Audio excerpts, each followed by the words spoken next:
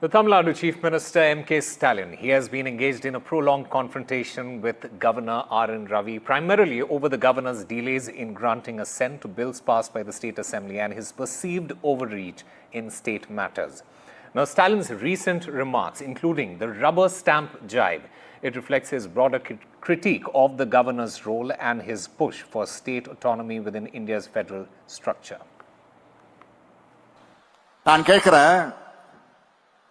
பிரதமரோட உரிமையை பிரசிடென்ட் எடுத்துக்கிட்டா சும்மா இருப்பாங்களா? இந்த தீர்ப்பு வந்ததும் தாங்கிக்க முடியாம வைஸ் பிரசிடென்ட் சொல்றாரு. என்ன சொல்றாரு?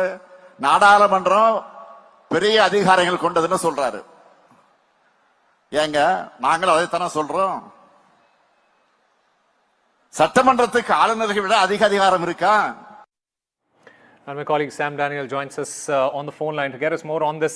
Sam, take us through the details in what we can only call this the latest chapter of the fight between M.K. Stalin and RN Ravi.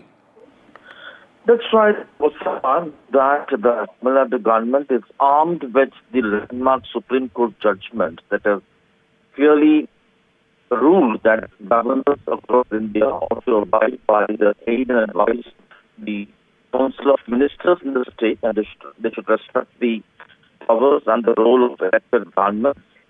And the court gives clear timeline for governors and the president in terms of clearing or disposing bills passed by legislative assemblies. Chief Minister M.K. Stalin, who addressed at the felicitation program for him in context of the huge victory for the Tamil Nadu government's petition against the governor, says would the central government accept if the president takes away powers of the prime minister? And he also took pot shots at the vice president, who had recently commented that the parliament has larger powers than, in a sense, the judiciary, which had given a set timeline for the president. Stalin says even we see the same thing, that the legislative assemblies in the state have larger power than the governor. So the tug of war and the war of words with Governor RN Ravi continues now that state got favorable judgment.